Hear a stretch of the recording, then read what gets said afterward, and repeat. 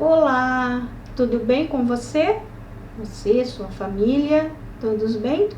Que bom! Vamos começar a nossa segunda aula do mês de maio, segunda aula de língua portuguesa do mês de maio. Esse mês tão especial para nós, que nós dedicamos todinho a Maria, a Nossa Senhora, nossa mãezinha do céu. Vamos então começar? Pega o seu livro de língua portuguesa e vamos dar início à nossa aula.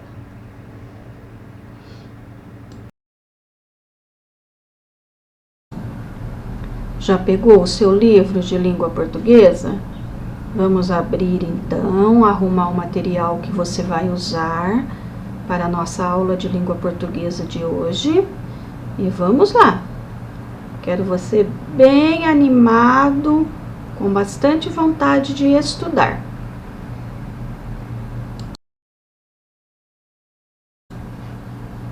Livro, página 86.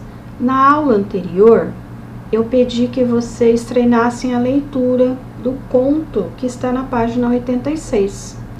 Então, eu vou fazer uma leitura dele e nós vamos fazer as atividades da página seguinte. Vamos lá. Neste capítulo, você vai conhecer os contos de fadas e aprender a diferenciar ficção de realidade. Vai caracterizar personagens e ambientes por meio de adjetivos. E também vai fazer uso de encontros vocálicos e consonantais na escrita, além de participar de uma roda de leitura. Quanta coisa que nós vamos ver no capítulo 5, né? Vamos lá. Leia o texto a seguir com a colaboração dos colegas e com a ajuda do professor. Então, eu vou fazer a leitura para vocês. Bambi. Nasceu no bosque um simpático veadinho chamado Bambi. Ele tinha bons amigos, o coelho, o esquilo, a coruja e muitos outros. Ele gostava de brincar com sua prima. Os dois corriam pelos bosques. Um dia aconteceu uma tempestade. Bambi se perdeu, mas o príncipe dos veados o levou de volta para junto de sua mãe. Na época do inverno, vieram a neve e os caçadores. A mãe de Bambi foi caçada por um deles. Bambi ficou muito triste. Quando acabou o inverno, Bambi estava crescido e já possuía pequenos chifres. Sentia muita falta de sua mãe. Sua prima também havia crescido. Quando Bambi a viu, ficou apaixonado. O príncipe dos veados ensinou para Bambi todos os segredos do bosque. Um dia, Bambi ouviu um barulho parecido com um trovão e sentiu uma grande dor. Tinha sido ferido pelo tiro de espingarda dado por um caçador. Apesar de ferido, conseguiu escapar e se escondeu. Passou muito tempo, mas Bambi se recuperou. Quando voltou ao bosque, já era um grande veado. Ficou feliz ao reencontrar sua amada e seus amigos. Bambi se tornou o novo príncipe dos veados. Quem já tinha ouvido esse conto? Conheciam já?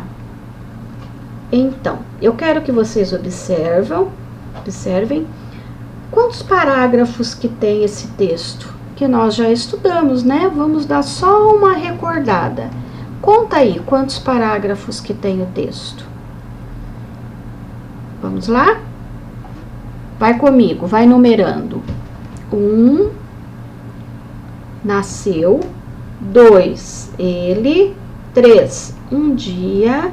4, na época do inverno.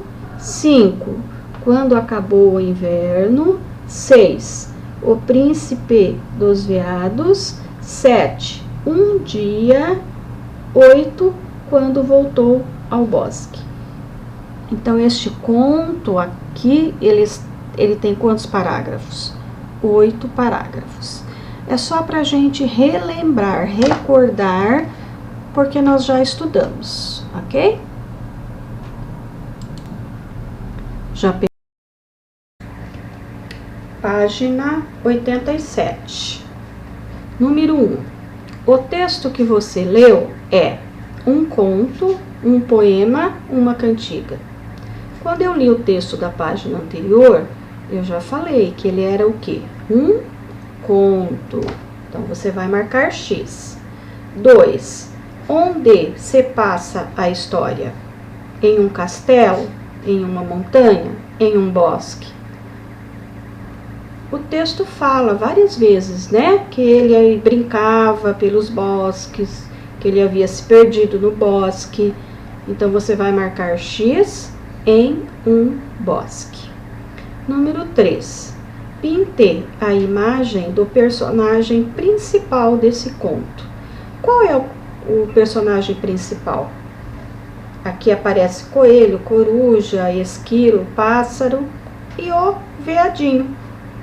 Quem é o personagem principal? É o Bambi, é o veadinho.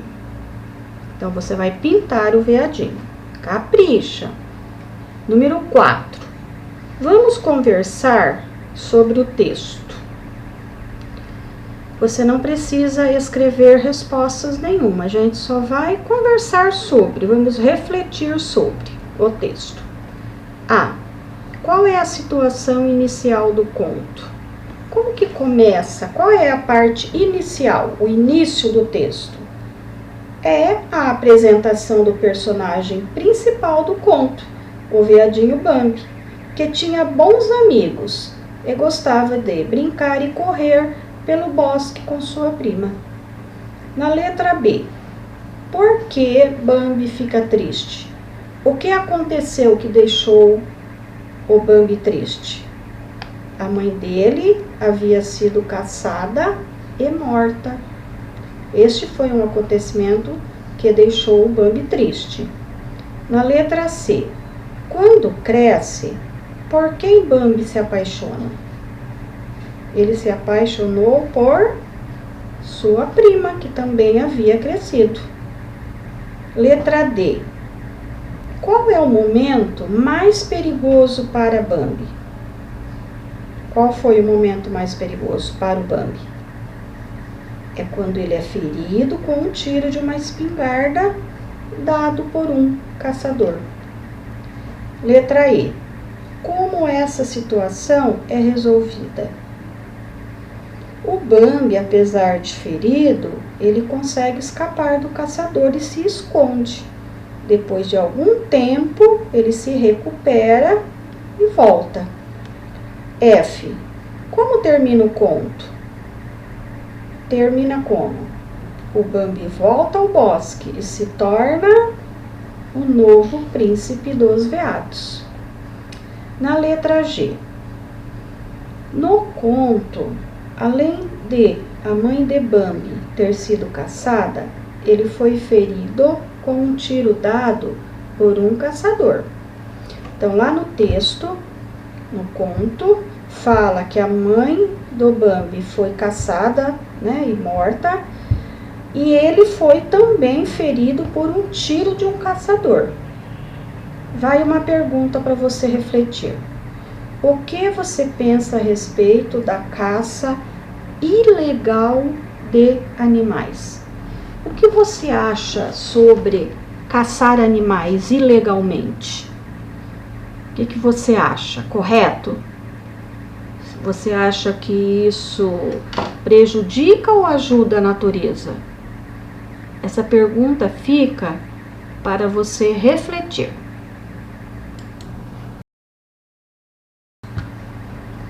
Abra o livro agora na página 247, recordando rotas, mais lá para o final do livro, que é uma revisão de conteúdos que nós já vimos. No exercício número 1, nós vamos completar as palavras que estão faltando na cantiga. Lembra que nós estudamos onde colocar o O e o U, o I e o E? Então, vamos fazer juntos? Pega o lápis e vamos junto. Vamos lendo as cantigas e já colocando a vogal que está faltando. Eu vou ler devagar e nós vamos fazendo juntos, ok? Bastante atenção, vamos lá. Borboletinha tá na cozinha, fazendo chocolate para a madrinha. Poti, poti, perna de pau, olho de vidro, nariz de pica-pau, pau, pau. Colocaram? Vocês já conhecem essa cantiga, né? Então, é fácil, nós já vimos na sala de aula. Vamos ver a de baixo. Quem tem amores não dorme, nem de noite, nem de dia. Fica rolando na cama, feito peixe na água fria.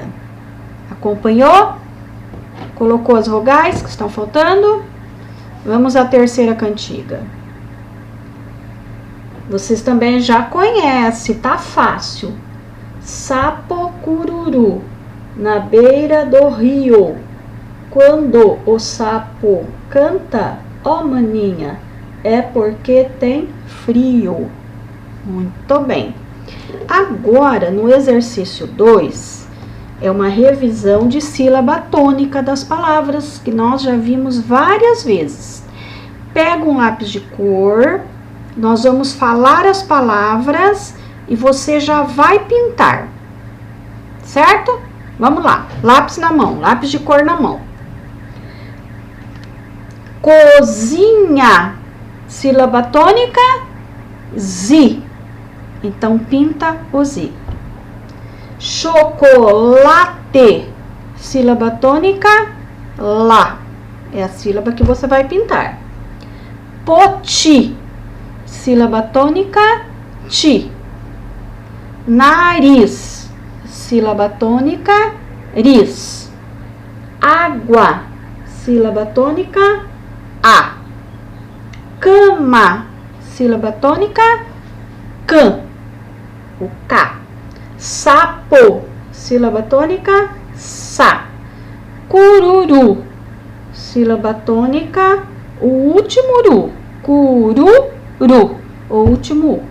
Se você não acompanhou, dá uma pausa no vídeo e você vai fazendo.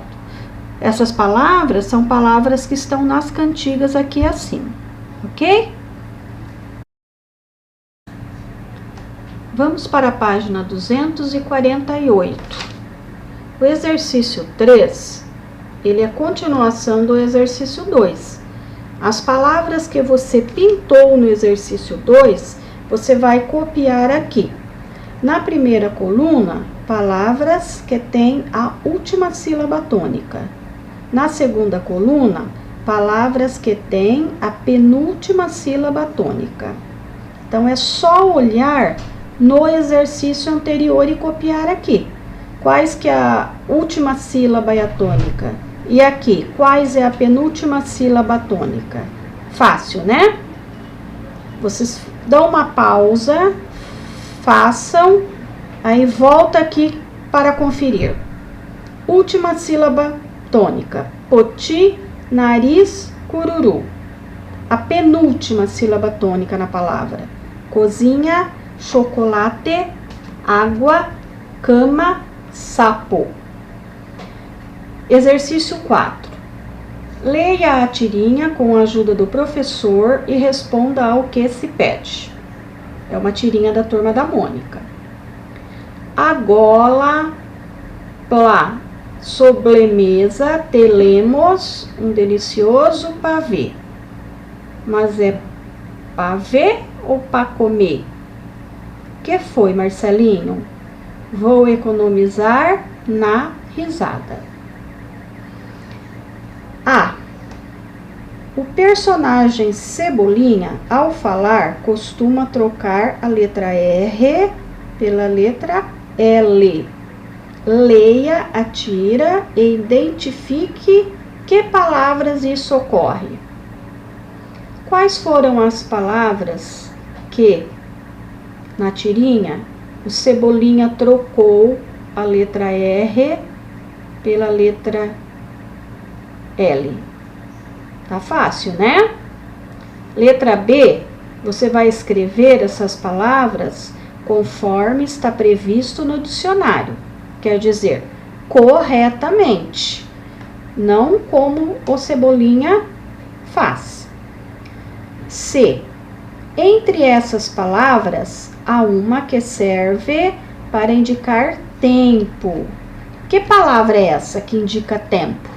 Lembra que nós vimos as expressões que marcam tempo? E na 5, ajude o coelho a chegar até a cenoura, pintando o caminho em que todas as palavras e expressões indicam tempo. Então, é só traçar o caminho para levar o coelho até a cenoura, passando pelas expressões que indicam tempo. Dá uma pausa, faz, e eu já vou fazer a correção da letra A. Exercício 4, letra A. Qual é as palavras que ele trocou? Agola, plá, sobremesa e telemos. Reescreva essas palavras. Como é a forma correta? Agora, pra, sobremesa e teremos.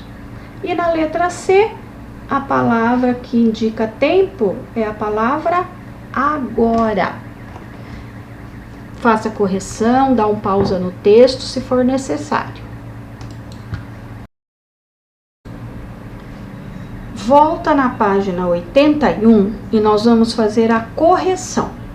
No exercício 1, você tinha que pintar de azul as palavras que têm a última sílaba tônica e de vermelho aquelas que têm a penúltima sílaba tônica.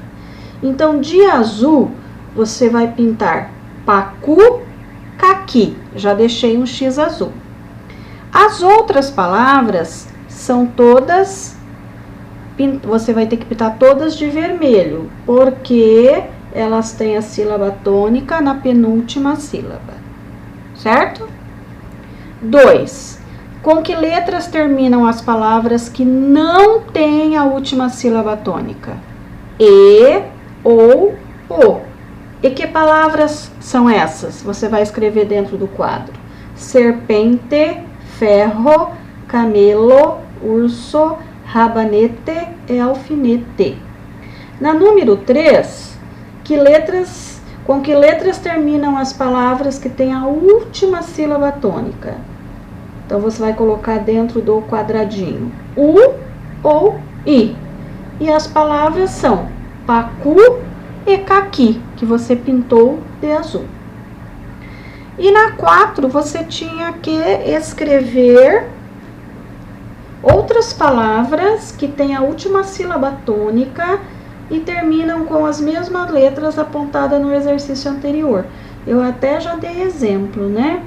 Saci, guri, peru, caju, menu, urubu, tatu, tarati, aqui, ali e muitas outras.